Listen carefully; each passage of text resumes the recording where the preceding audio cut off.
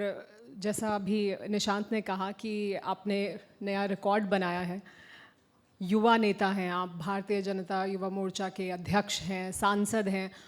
युवाओं को जोड़ने और उनमें नई ऊर्जा भरने की भी एक बड़ी जिम्मेदारी है। और जब हम गुजरात की बात करते हैं तो यहाँ पर भी बड़ी संख्या में जो युवा हैं वो मौजूद हैं। वो और उसमें ख़ास तौर पे जो फर्स्ट टाइम वोटर्स हैं, वहीं से शुरुआत करते हैं युवाओं से ही। जो फर्स्ट टाइम वोटर्स हैं वो बड़ी संख्या में हैं और ये वो वोटर हैं जिन्होंने यही सरकार देखी है, मतलब बीजेपी की ही सरकार देखी है, उन्होंने कोई और सरकार नहीं देखी। वो एक चैलेंज है आपके लिए? क्या वो ऐसा सोच रहे हैं या ऐसा लगता है आपको या आम आदमी पार्टी को ऐसा लगता है कि ये एक अपॉर्चुनिटी है क्योंकि वो नया एक्सपेरिमेंट शायद करना चाहेंगे? तो क्या ऐसा लगता है कि वो युवा एक चैलेंज है आपके लिए? नमस्ते सुमेरा जी। ये जो फर्स्ट टाइम वोटर्स के बारे में आप बता रहे हैं वो हमारे लिए चैलेंज नहीं है, वो हमेशा से ही भारतीय जनता पार्टी के लिए और नरेंद्र मोदी जी के लिए एक एसेट है। और 2014 में भी और 2019 में भी ये युवा भारत ही नरेंद्र मोदी जी को आशीर्वाद देकर, मोदी जी के पीछे खड़े होकर पिछले 8 साल में जो पॉलिटिकल स्टेबिलिटी हम भारत में देख रहे हैं, इसके पीछे के जो रियल शक्ति है, एसेट है, ऊर्जा है, वो ये युवा भारत है। और विशेष रूप में गुजरात में इस बार के चुनाव में लगभग 50 लाख फर्स्ट टाइम वोटर्स इस बार मतदान दे रहे हैं। और ये मतदाता जो है, ये फर्स्ट टाइम वोटर्स है, वो अत्यंत प्रज्ञावंत मतदाता है।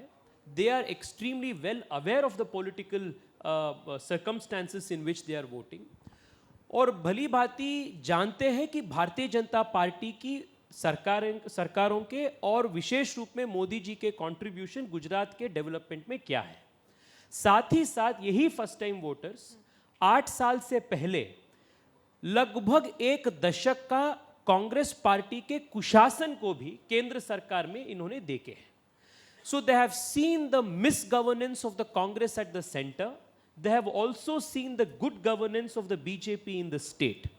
साथ ही साथ ये जो नए पीढ़ी है, they are the direct beneficiaries of the good governance of the past 15-20 years.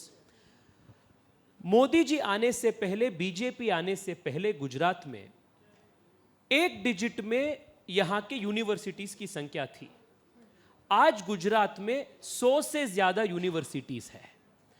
Modi ji आने से पहले गुजरात में ड्रॉप आउट के जो नंबर्स थे वो 30% थे। आज गुजरात में out of school drop out जो कहते हैं वो 1% से नीचे है। So the first time voters, the yuva of Gujarat are the direct beneficiaries of the good governance of BJP. इसलिए यही हमारे बहुत बड़े एसेट है। हमारे सबसे बड़े, सबसे strong vote bank Bharatiya Janata party की जो है वो गुजरात के और देश के युवा वोटर्स हैं। आप ये कह रहे हैं कि ये लायबिलिटी नहीं है या ये हमारे लिए चैलेंज नहीं है, बल्कि ये एसेट है। उस एसेट को साथ में रखने के लिए या उनका भविष्य, क्योंकि उन्होंने देखा है, उन्होंने सड़कें भी देख ली, उन्होंने इंडस्ट्रियल डेवलपमेंट भी देख लिया गुजरात में। अब उनकी एस्पिरेशंस और ज़्यादा हैं, उनकी एस्पिरेशंस और तरक्की करने की हैं। क्या इसी वजह से 10-10 लाख नौकरियां देने का वादा कर रहे हैं विपक्षी पार्टियां, आम आदमी पार्टी भी, कांग्रेस पार्टी भी? क्यों वो बार बार नौकरी देने का वादा कर रहे हैं? क्या वो एक कमी उनको दिखाई देती है या वो एक जगह है जहां उनको लगता है कि यहाँ हम हिट कर सकते हैं और ये युवाओं को हमारी तरफ आने के लिए प्रेरित करेगा? तो क्या बेरोजगारी, नौकरियां वो एक बड़ा इशू है? देखिए, गुजरात जैसे एक एस्पिरेशनल, प्रोग्रेसिव और समृद्धशाली स्टेट में जहां लगातार लगभग 30 साल से good governance Bharatiya Janata party ने डिलीवर किए हैं, ऐसे स्टेट में इश्यूज को मैन्युफैक्चर करना ऐसे पॉलिटिकल पार्टीज को मजबूरी बनता है। सो ऐसे बेरोजगारी हो, दूसरे अलग इश्यू हो, ऐसे इश्यूज को यहाँ पॉलिटिकल कारण के लिए मैन्युफैक्चर करना इन पार्टियों को मजबूरी है। पर मैं आज भी यहाँ के इसी होटल के बगल में एक ओसवाल नाम का एक बहुत फेमस फाफडा दुकान है, वहाँ मैं बैठा था, सभी युवाओं के साथ बातचीत कर रहा था। सो 4-5 युवा मेरे साथ आकर बोले कि यहाँ गुजरातियों के जो डीएनए है, डीएनए में दूसरे जगह जाके रोजगार करना, नौकरी करना हमारे डीएनए में ही नहीं है। हम यहाँ एंटरप्रेन्योरशिप हमारे डीएनए है, नए नए खुद के बिजनेस शुरू करना हमारे डीएनए में है। This is the identity of Gujarat. और आप देखिए आज स्टार्टअप इंडेक्स में पूरे देश में अग्रसर पंक्ति में गुजरात है, because it is not only the natural DNA of the state but the policies are complementing. साथ ही साथ इनोवेशन इंडेक्स में गुजरात नंबर 1 है।